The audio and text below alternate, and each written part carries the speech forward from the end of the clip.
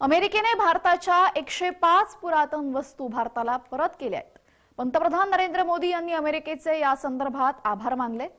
तर या 105 पुरातन वस्तू भारतातील प्रदेश आणि परंपरांचं वैविध्य दर्शवणारे आहेत।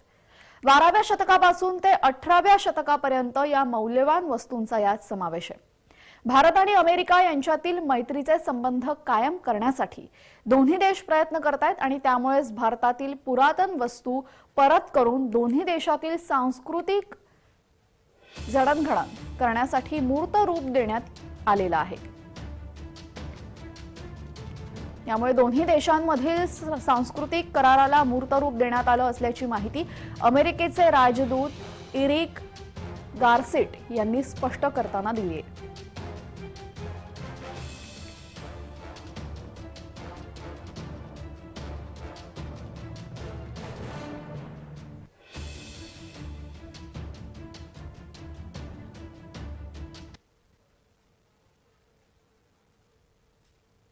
तर काही दिवसांपूर्वीच पंतप्रधान नरेंद्र मोदी हे अमेरिका दौऱ्यावर गेले होते। त्यांचा हा दौरा संपन्न झाला आणि या दौऱ्यामध्ये काही महत्त्वाचे करार करण्यात आले। पंतप्रधान नरेंद्र मोदी यांच्या या दौऱ्याचे चांगले फलित मिळाल्याचं आता दिसलेलं आहे। अमेरिकेच्या दूतावासाने तस्करी झालेल्या भारताच्या 105 पुरातन वस्तू भारताच्या दूतावासाकडे सुपूर्द केलेल्या आहेत। त्यामुळे अमेरिकेतील भारताचे राजदूत तरनजीत सिंग सिंधू यांनी अमेरिकेच्या तस्करी विरोधी पथकाचं आणि मॅनहॅटनचं जिल्हा वकील अल्विन ब्रॅग यांचे आभार व्यक्त केलेले आहेत।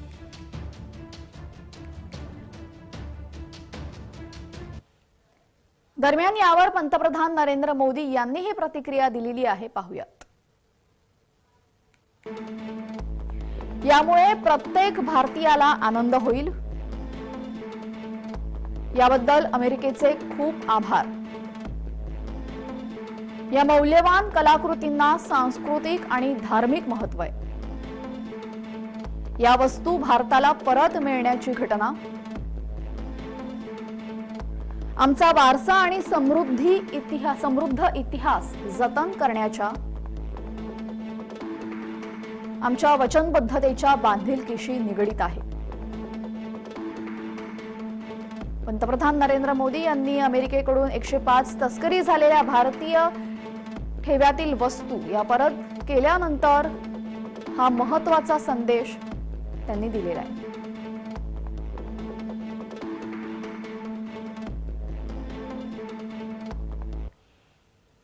तर भारतीय संस्कृतीचा वारसा परत आणण्यासाठी ठोस प्रयत्न भारताकडून केले जात आहेत। अमेरिकेने परत केलेल्या भारतीय प्राचीन वस्तू या इसवी सन 2 ते इसवी सन 3 या शतकातील आहेत, तर काही वस्तू या इसवी सन 18व्या आणि 19व्या शतकातील देखील आहेत। टेराकोटा, दगड, धातू आणि लाकडापासून या वस्तू बनवलेल्या आहेत। सुमारे 50 कलाकृती धार्मिक आहेत, तर यात हिंदू, जैन आणि मुस्लिम धर्माशीही काही वस्तू संबंधित आहेत। उर्वरित सांस्कृतिक वारसा असलेल्या महत्त्वाच्या वस्तू आहेत आणि भारत सरकार परदेशातून चोरीला गेलेल्या भारतीय पुरातन वस्तू, समृद्ध भारतीय वारसा आणि संस्कृतीची जिवंत प्रतीके परत आणण्यासाठी ठोस प्रयत्न करत असल्याचं यावेळेस स्पष्ट करण्यात आलं। नागरिकांसाठी या केवळ कलाकृती नसून त्यांच्या जिवंत वारशाचा आणि संस्कृतीचा सहभाग आहेत। 105 कलाकृती भारतातील उत्पत्तीच्या दृष्टीने विस्तृत भौगोलिक प्रसाराचं प्रतिनिधित्व करतात आणि या वस्तू भारताच्या कोणत्या प्रदेशातून आलेल्या आहेत ते पण आपण पाहूयात। ऐतिहासिक वस्तूंचं मूल्य काय असते याची जाणीव असल्याने युरोप आणि अमेरिकेतील बलाढ्य संग्रहालयांनी गेल्या काही वर्षात कोट्यावधी रुपये देऊन भारतातील प्राचीन वस्तू विकत घेतलेल्या आहेत। आपल्याकडील श्रीमंतांच्या आलिशान बंगल्यांची शोभा वाढवण्यासाठी लाखो रुपये किमतीच्या प्राचीन शिल्पांचा वापर होत असतो।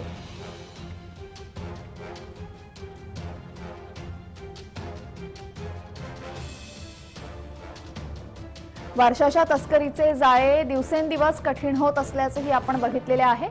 भारतातील हा प्राचीन ठेवा स्वतःच्या देशात नेऊन संग्रह करण्याचा छंद अनेकांना लागला असून यासाठी तस्कर वेगवेगळ्या मार्गांनी प्राचीन वस्तूंची चोरी करतायत। ऐतिहासिक वस्तू आणि वारसा स्थळांच्या जतनाबद्दल आपल्याकडे कडक कायदे करण्यात आलेले आहेत, मात्र वस्तूंचे जतन करणारी शासकीय यंत्रणा कुठेतरी धाब्यावर बसवून देशाच्या कानाकोपऱ्यात आंतरराष्ट्रीय तस्करांनी त्यांचं जाळं विणलंय।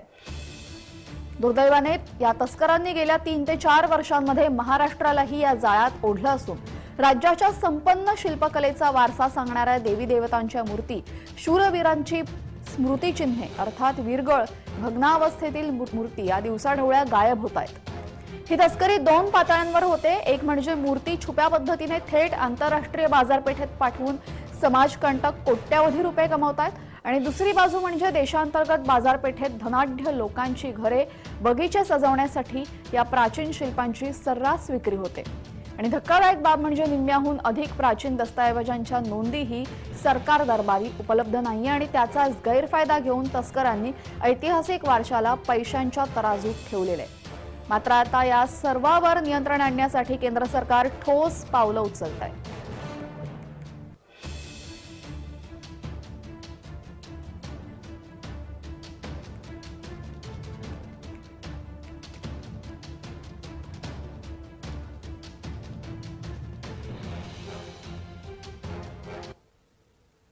तर ज्या वस्तू अमेरिकेने भारताला परत केलेल्या आहेत त्या भारताच्या कोणकोणत्या ठिकाणच्या आहेत हे आपण सविस्तर पाहूयात।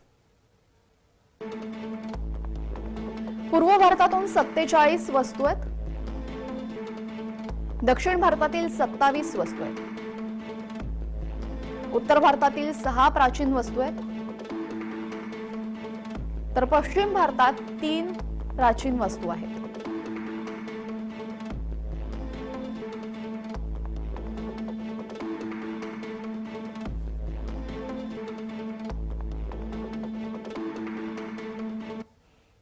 तर हा अमूल्य ठेवा एका बाजूला तस्करांनी भारताबाहेर नेला, तसाच तो भारताबाहेर जाण्यास ब्रिटिश काळात झालेली लूटही कारणीभूत ठरलेली आहे।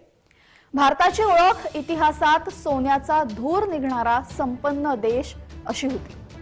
या देशावर ब्रिटिशांनी शेकडो वर्ष राज्य केलं आणि त्यांची राजवट भारताचे प्रचंड नुकसान करून गेली। ही जुलमी राजवट 2/3 ब्रिटिश नागरिकांना मात्र आदर्शवत रचना वाटत आलेली आहे। एका तपशिलात जाणून घेऊयात की ब्रिटिशांनी भारताची लूट नक्की कशा प्रकारे केलेली आहे।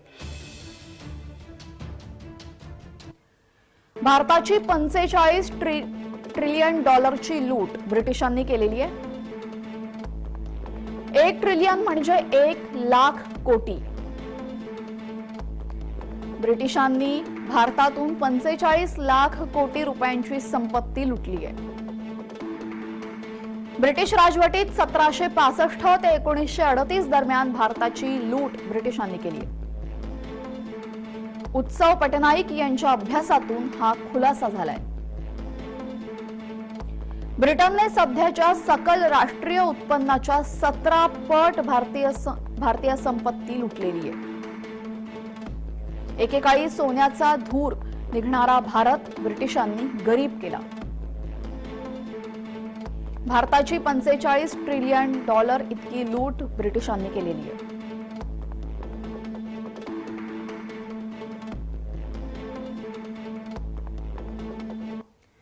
तर ब्रिटिशांच्या वसाहतवादी राज्यकाळाने भारताचं प्रचंड नुकसान केलं। भारताची लूट कशी झाली याचा आणखी तपशील पाहूयात। ब्रिटिशांनी भारतीय उद्योजकांवर अन्याय्य कर लादले। भारतीय उत्पादनांची चोरी करून ब्रिटनने जगभरात दाम दुप्पट किमतीला भारतीय माल विकला। भारताची लूट करून कमावलेला पैसा ब्रिटिशांनी महत्त्वाच्या वस्तू ब्रिटनमधून आयात करण्यावर खर्च केला। पर्यायाने भारताची लूट करून मिळवलेला पैसा इंग्रजांनी ब्रिटनमध्येच जिरवला। भारताची लूट करून मिळवलेल्या साधन संपत्तीमुळे इंग्लंड 30 वर्ष व्यापारात अग्रणी देश राहिला। भारतीय रेल्वेचे जाळे उभारण्यासाठी भारतीयांकडूनच संपत्ती लुटली गेली। इंग्रज राजवटीपूर्वी भारताचा जागतिक अर्थव्यवस्थेत 23% इतका हिस्सा होता। ब्रिटिशांनी आपला देश सोडला तेव्हा भारताचा जागतिक अर्थव्यवस्थेत केवळ 4% योगदान होते. भारताच्या औद्योगिकरणाला इंग्रजांनी खीळ घातली. ब्रिटनच्या औद्योगिक प्रगतीत भारताची लूट करून मिळवलेली संपत्ती अधिक आहे.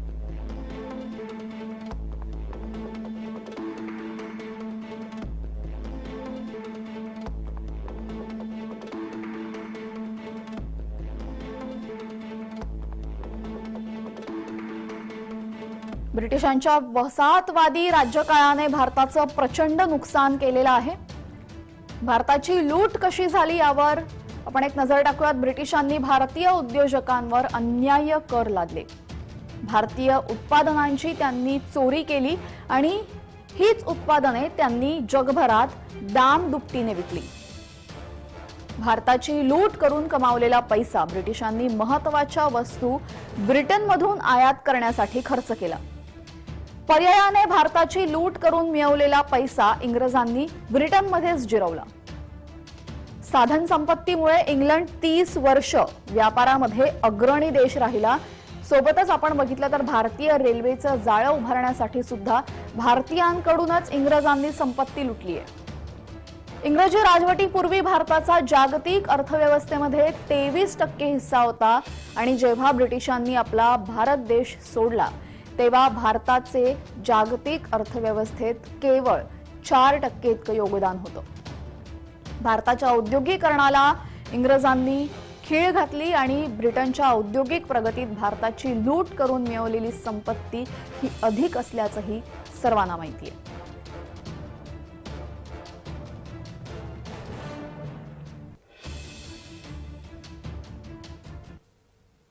तर ब्रिटिशांनी भारताची लूट कशी केलेली आहे हे आपण जाणून घेऊयात.